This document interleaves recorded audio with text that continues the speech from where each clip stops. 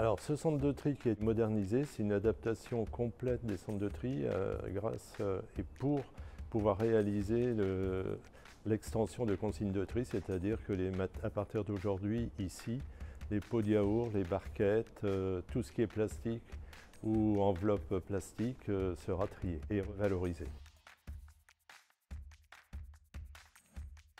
Aux environs de 20 millions à peu près, un peu plus de 20 millions. C'est refaire complètement, c'est des tapis, c'est des tris optiques, tout ce qu'il faut justement pour améliorer le tri. On tournait à 70% de valorisation, là on arrive à 80%. Donc c'est une belle amélioration, beaucoup plus de plastique trié, mais il faut que le citoyen, lui, continue à bien trier, mieux trier pour pouvoir éviter la matière principale.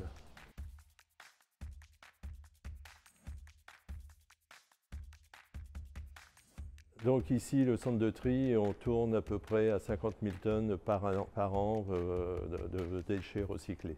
Donc il ne s'appelle plus déchets, mais matière. En fin de chaîne de tri, nous avons l'intelligence artificielle justement pour vérifier que les tris optiques ont bien travaillé, que le contrôle a bien été fait, et sinon ça part en refus ou en correction de tri.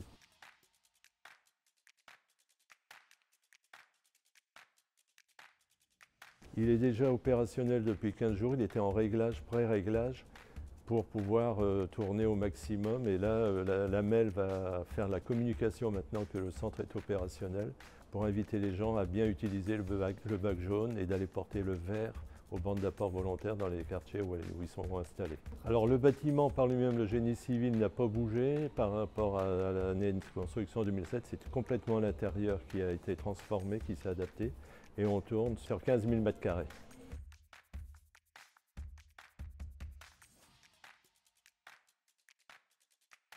C'est surtout le traitement des déchets, c'est obligatoire de par la loi, mais c'est surtout de toucher des subventions, de vendre la matière, de la valoriser.